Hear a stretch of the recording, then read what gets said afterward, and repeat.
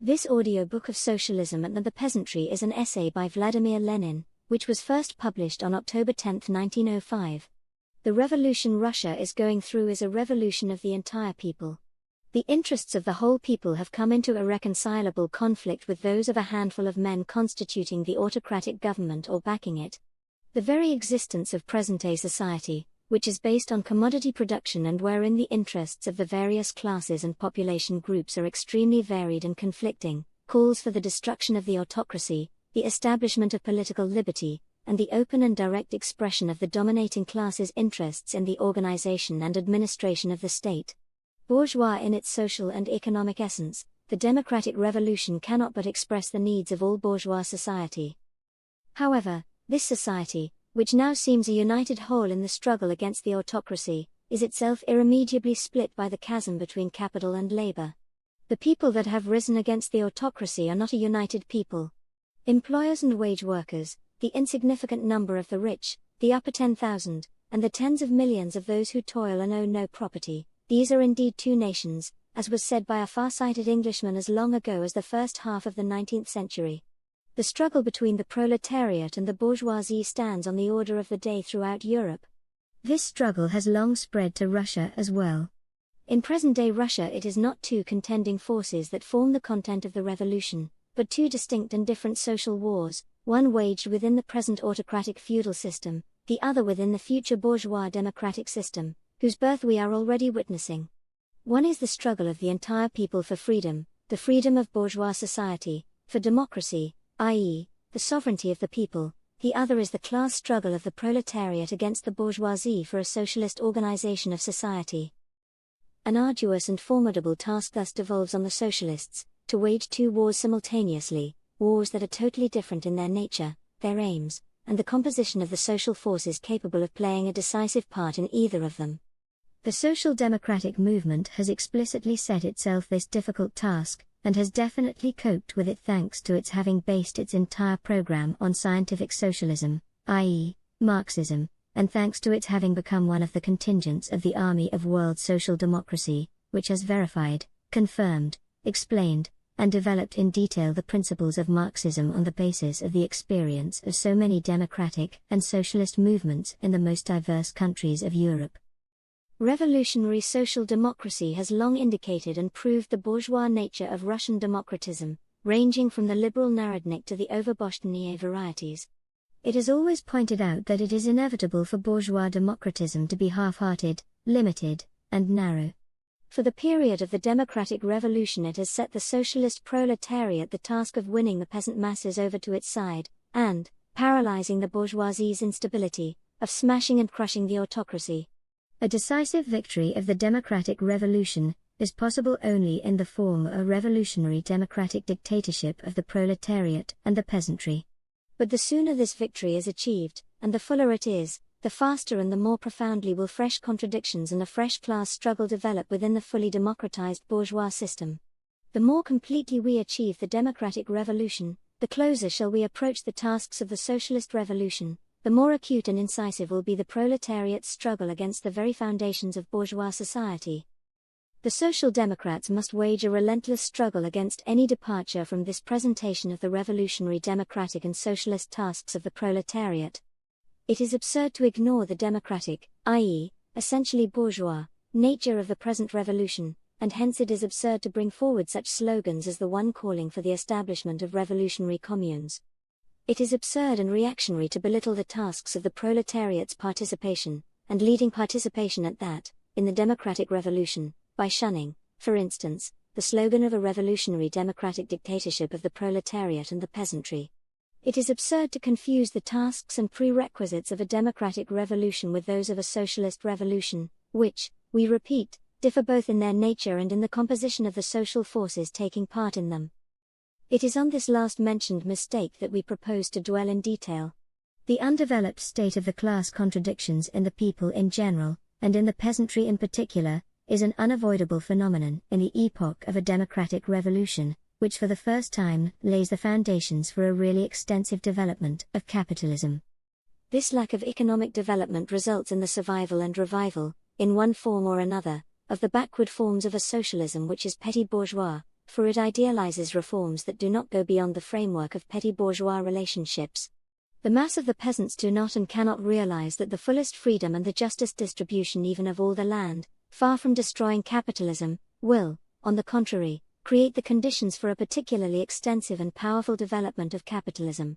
Whereas social democracy singles out and supports only the revolutionary democratic substance of these peasant aspirations, petty bourgeois socialism elevates to a theory this political backwardness of the peasants, confusing or jumbling together the prerequisites and the tasks of a genuine democratic revolution with those of an imaginary socialist revolution. The most striking expression of this vague petty bourgeois ideology is the program, or rather draft program, of the socialist revolutionaries, who made the more haste to proclaim themselves a party, the less developed among them were the forms and prerequisites for a party. When analyzing their draft program, we already had occasion to point out that the socialist revolutionaries' views are rooted in the old Russian Narodnik ideas. However, as the entire economic development of Russia, the entire course of the Russian Revolution, is remorselessly and ruthlessly cutting the ground from under the foundations of pure Narodism day by day and hour by hour, the views of the socialist revolutionaries inevitably tend to become eclectic. They are trying to patch up the rents in the Narodnik ideas with bits of fashionable opportunist criticism of Marxism, but this does not make the tattered garment wear any the better. All in all, their program is nothing but an absolutely lifeless and self-contradictory document, which is merely an expression of a stage in the history of Russian socialism on the road from the Russia of serfdom to bourgeois Russia, the road from Narodism to Marxism. This definition, which typifies a number of more or less small streams of contemporary revolutionary thought, is also applicable to the latest draft agrarian program of the Polish Socialist Party, PSP, published in number 6-8 of Pochet and Wath, wit. The draft divides the agrarian program into two parts. Part 1 sets forth reforms for the realization of which social conditions have already matured. Part 2 formulates the consummation and integration of the agrarian reforms set forth in Part 1. Part 1, in its turn, is subdivided into three sections: A. Labor protection, demands for the benefit of the agricultural proletariat; B. Agrarian reforms, in the narrow sense, or, so to say, peasant demands; and C. Protection of the rural population, self-government, etc. This program takes a step towards Marxism in attempting to single out something in the nature of a minimum from the maximum program, then in providing a wholly independent formulation of demands of a purely proletarian nature. Further, the preamble to the program recognizes that it is wholly inadmissible for socialists to flatter the proprietary instincts of the peasant masses.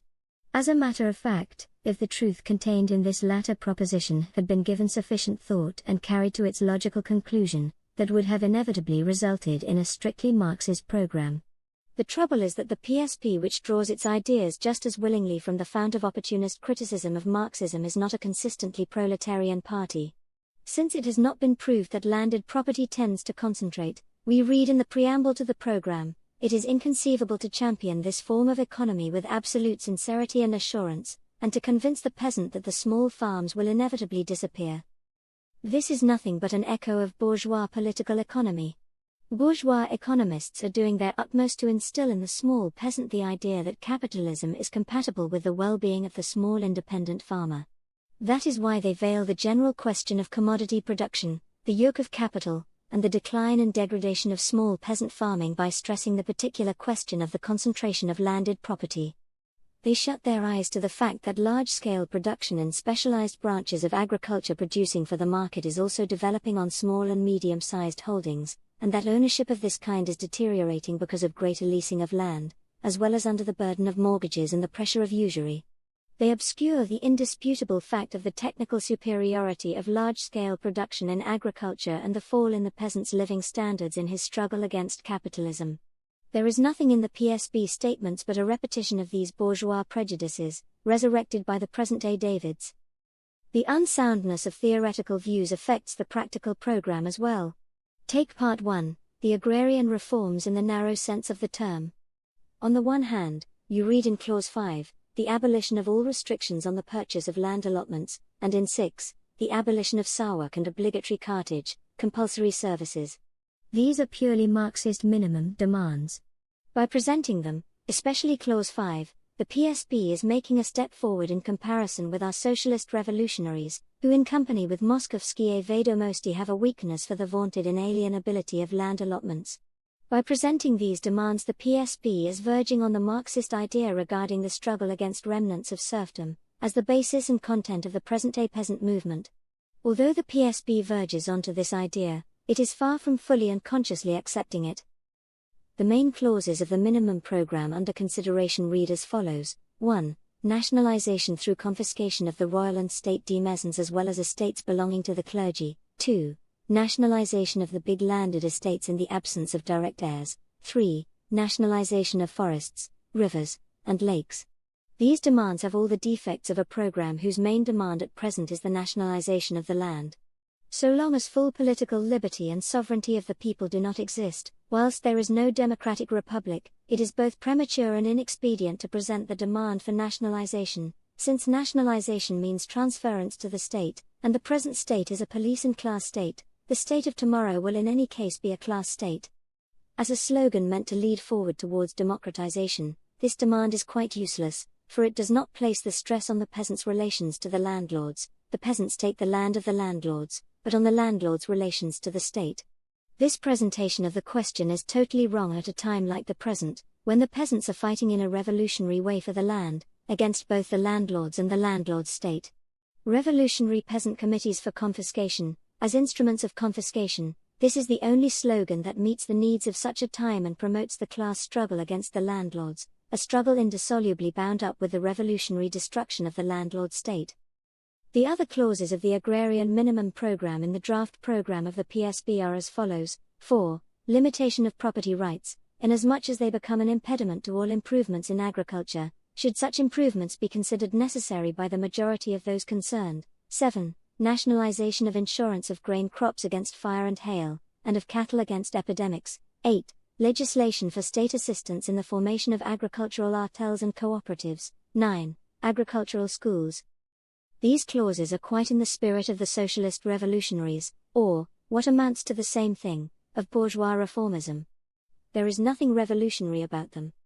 They are, of course, progressive, no one disputes that, but progressive in the interests of property owners. For a socialist to advance them means nothing but flattering proprietary instincts. To advance them is the same as demanding state aid to trusts, cartels, syndicates, and manufacturers' associations, which are no less progressive than cooperatives, insurance, etc., in agriculture. All this is capitalist progress. To show concern for that is not our affair, but that of the employers, the entrepreneurs. Proletarian socialism, as distinct from petty bourgeois socialism, leaves it to the counts de Rocquigny, the landowning Zemstva members, etc., to take care of the cooperatives of the landowners, big and little, and concerns itself entirely and exclusively with wage workers' cooperatives for the purpose of fighting the landowners. Let us now consider part 2 of the program. It consists of only one point: nationalization of the big landed estates through confiscation. The arable land and pastures thus acquired by the people must be divided up into allotments and turned over to the landless peasants and those with small holdings, on guaranteed long-term leases.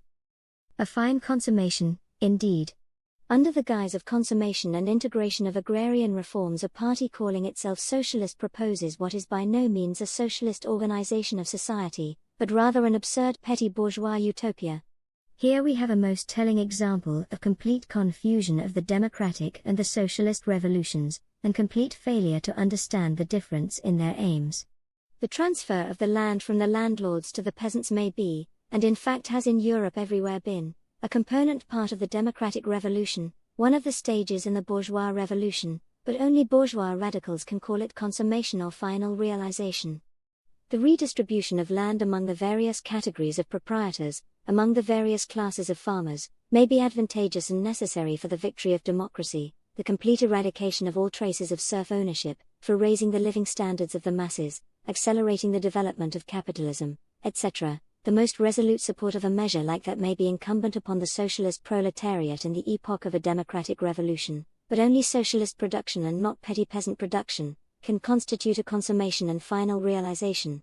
Guaranteeing small peasant leaseholds whilst commodity production and capitalism are preserved, is nothing but a reactionary petty bourgeois utopia. We see now that the PSB's fundamental error is not peculiar to that party alone, is not an isolated instance or something fortuitous.